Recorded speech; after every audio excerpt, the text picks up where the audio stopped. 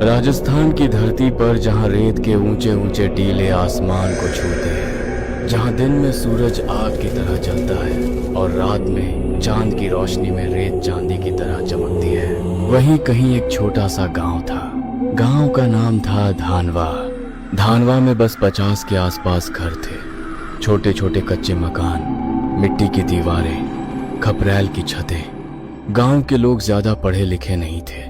वो ऊंट पालते थे, बकरियां पालते थे और इसी से अपना पेट भरते थे। लेकिन एक बात थी जो इस गांव को खास बनाती थी। यहाँ के लोग एक दूसरे के सुख दुख में साथ खड़े रहते थे। किसी के घर में कोई तकलीफ हो, पूरा गांव उसके दरवाजे पर होता था। लेकिन एक जगह थी इस गांव के पास जहां जाने की हिम्मत पूरे गांव में किसी की नहीं थी। गांव से थोड़ा बाहर निकलो, जहां 3 रास्ते एक दूसरे को काटते थे, वहां एक पुराना कमरा बना हुआ था, राजा महाराजा के जमाने का। उस वक्त राहगीर लंबे सफर में थक जाते थे तो इस कमरे में रुककर आराम करते थे। गांव वाले इसे तिबारा बुलाते थे। तिबारे के चारों तरफ घने पेड़ थे, काली काली झाड़ियां थी। दिन में भी उस जगह पर अंधेरा छाया रहता था। हवा जब उन पेड़ों से गुजरती थी तो एक अजीब सी सरसराहट होती थी, जैसे कोई फुसफुसा रहा हो। गांव वाले कहते थे उस तिबारे में एक औरत की आत्मा रहती है, और ये बात कोई बस सुनी सुनाई नहीं थी। गांव के कई लोगों ने अपनी आंखों से देखा था। भरी दोपहरी में जब सूरज सर पर होता था, तिबारे की छत पर एक सफेद कपड़े पहनी औरत बैठी होती थी। बस बैठी रहती थी, हिलती नहीं, डुलती नहीं, बस दूर क्षितिज की तरफ देखती रहती थी, जैसे किसी का इंतजार कर रही हो। और जब कोई हिम्मत करके पास जाता तो छत पर कोई नहीं होता। 2 लोगों ने एक बार और हिम्मत की थी। वो अंदर तक गए थे, लेकिन जो वो अंदर से देख कर आए वो किसी को बता नहीं पाए। तिबारे से निकलते ही उनकी आंखें पथरा गईं, होंठ कांपने लगे, और उस दिन के बाद वो दोनों पागलों की तरह गांव में घूमते रहते, एक ही बात चिल्लाते, वो बंजारन हमें मार डालेगी, वो बंजारन हमें मार डालेगी। रात को जो राहगीर उस रास्ते से गुजरते, वो सुबह कांपते हुए बताते कि आधी रात को उस तिबारे से एक औरत के रोने की आवाज आती है। ऐसी आवाज जो सीने में उतर जाती है, जो नींद उड़ा देती है। कई बार तो वो आवाज गांव तक पहुंची थी। सोते हुए लोग उठकर बैठ जाते थे। धीरे धीरे उस तिबारे के आसपास से भी गुजरना बंद हो गया। कोई नहीं जाता था वहां।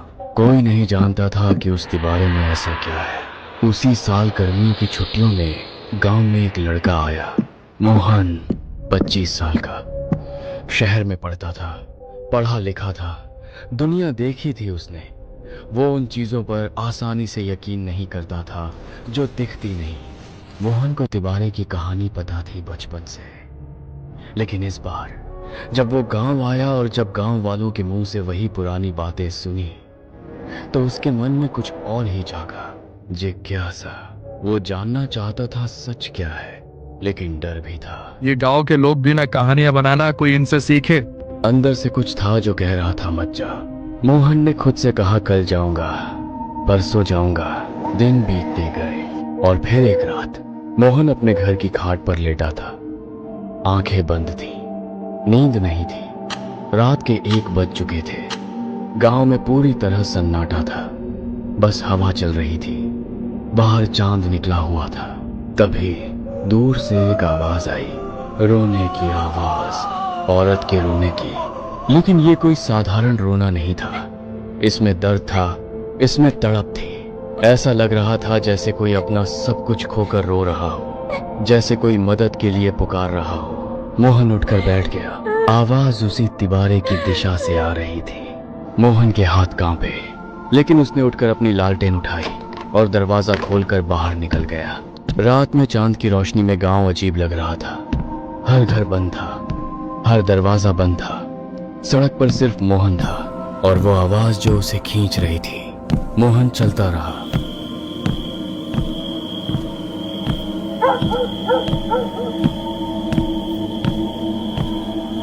गांव के बाहर निकला।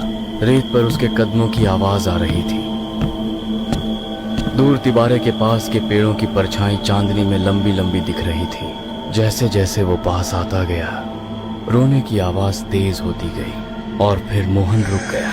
तिबारे का दरवाजा दिख रहा था और दरवाजे पर एक आकृति थी, सफेद कपड़ों में बैठी हुई और रो रही थी। मोहन का दिल जोर जोर से धड़कने लगा, पैर वहीं जम से गए, लेकिन अगले ही पल उसने अपने दांत भींचे और आगे बढ़ गया। जैसे ही मोहन तिबारे के बिल्कुल पास पहुंचा, वो आकृति गायब हो गई, जैसे चांदनी में घुल गई हो। रोने की आवाज भी बंद हो गई। एकदम सन्नाटा। मोहन वहां खड़ा रहा, सांस रोककर, लेकिन फिर उसने एक अजीब चीज महसूस की। वो जगह डरावनी नहीं थी, ठंडी थी, शांत थी, जैसे किसी ने उस जगह पर दुख का बोझ रख दिया हो, लेकिन खतरा नहीं था। मोहन ने लालटेन जलाई और तिबारे के अंदर कदम रखा। अंदर का तापमान बाहर से बहुत ज्यादा ठंडा था। इतनी गर्मी की रात में वहां अंदर सर्दी जैसी ठंड थी। मोहन ने लालटेन उठाकर चारों तरफ देखा।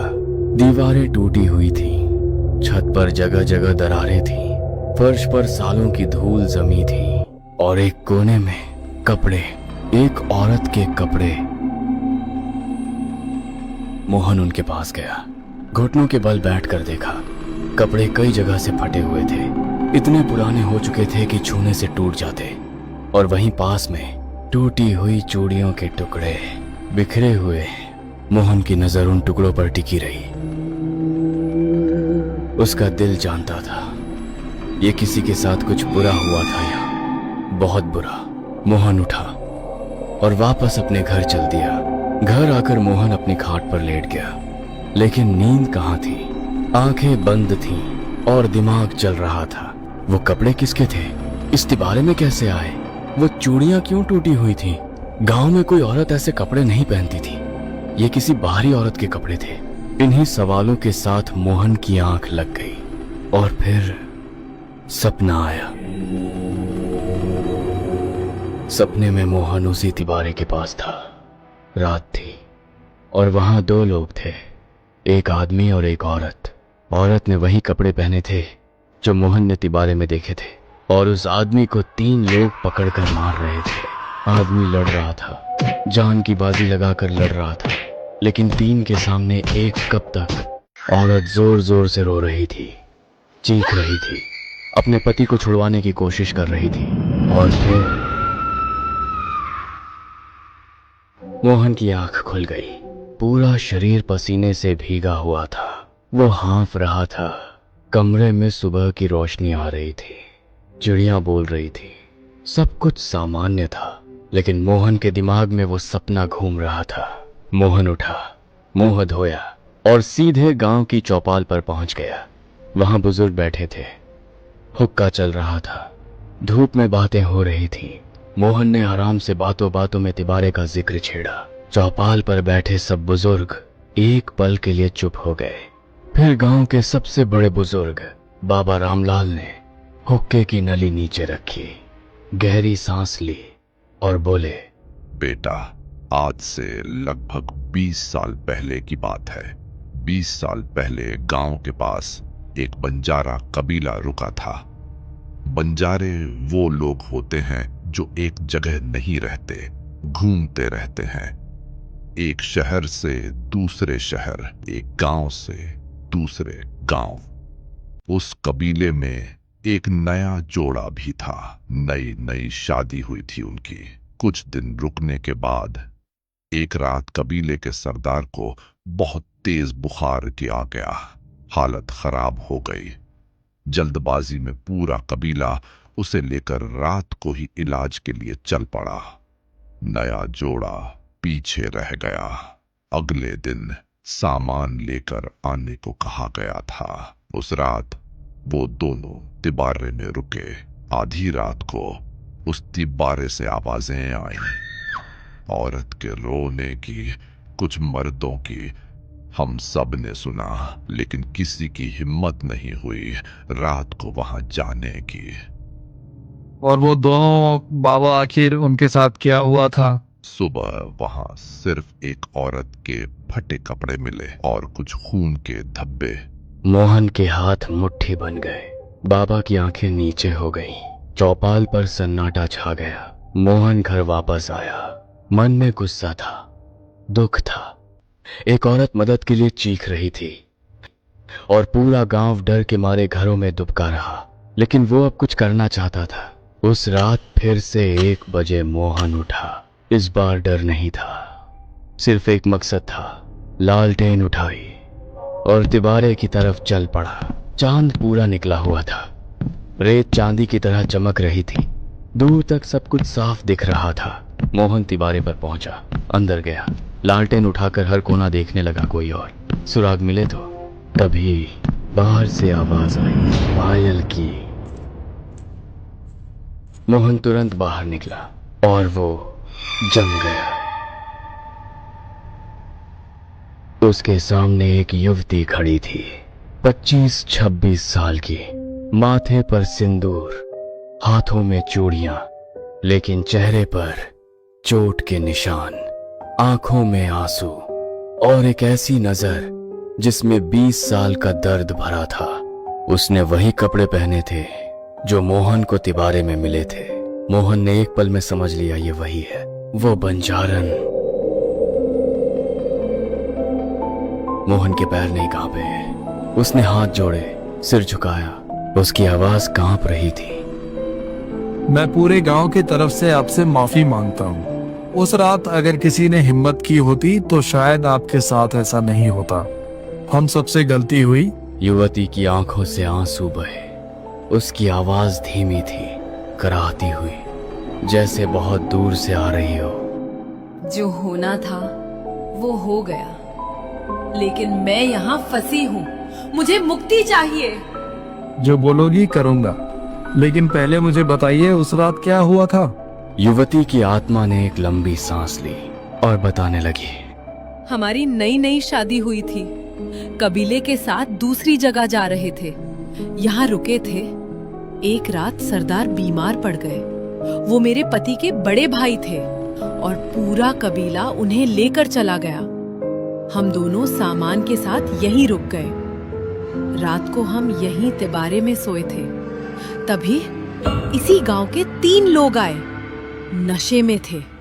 उन्होंने मुझे देखा और मेरे कपड़े फाड़ने लगे। मेरे पति ने लड़ाई की, जी जान से लड़े। तीनों के सामने अकेले खड़े रहे, लेकिन युवती की आवाज रुकी। वो आगे नहीं बोली, लेकिन मोहन समझ गया। युवती धीरे धीरे चलने लगी। मोहन उसके पीछे गया। थोड़ी दूर जाकर वो रुकी। उन्होंने मेरी आंखों के सामने मेरे पति को मार डाला और उसके बाद